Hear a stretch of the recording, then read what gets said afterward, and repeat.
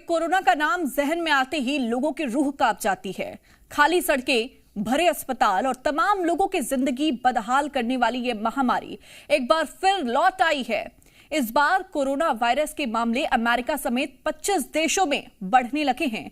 अब वजह है वायरस का नया सब वेरिएंट BA.3.2 जिसे सिकाडा कहा जा रहा है। लेकिन भारत में इसका कितना असर है, पहले ये रिपोर्ट देखिए।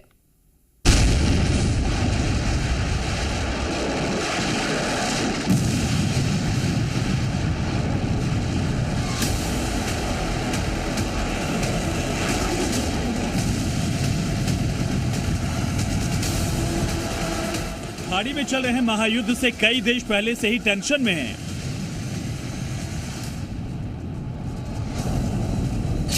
लेकिन इसी बीच महामारी ने दुनिया में दस्तक दे दी है।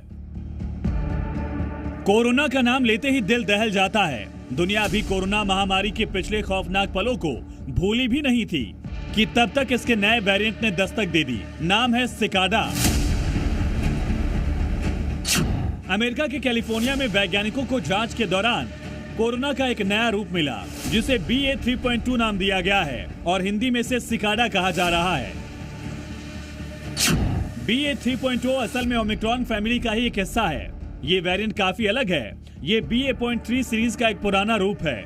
2022 के बाद से गायब सा हो गया था। ये वेरिएंट जेनेटिकली उन वेरिएंट से बिल्कुल अलग है जो पिछले 1 साल से दुनिया भर में फैल रहे थे। लेकिन अब आपको ये जानना जरूरी है कि कोरोना का ये खतरनाक वेरिएंट कोविड-19 से कितना अलग है। BA.3.2 सिकाडा पूरी तरह नया वायरस नहीं है, कोविड-19 का ही बदला हुआ रूप है। BA.3.2 में 70 से 75 म्यूटेशन पाए गए। ये बदलाव इसे इम्यूनिटी से बचने में मदद कर सकते हैं।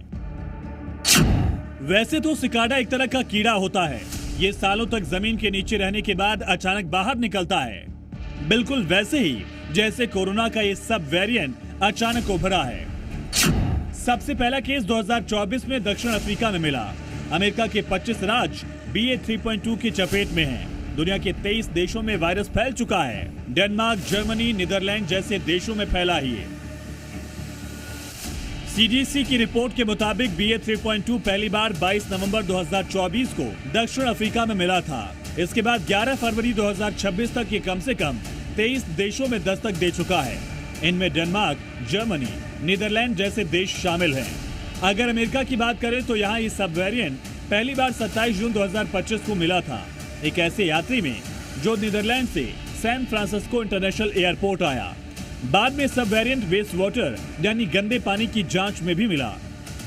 हालांकि अभी भारत में इसके बड़े खतरे की बात सामने नहीं आई, लेकिन अंतर्राष्ट्रीय उड़ानों के जरिए ये किसी भी देश में पहुंच सकता है।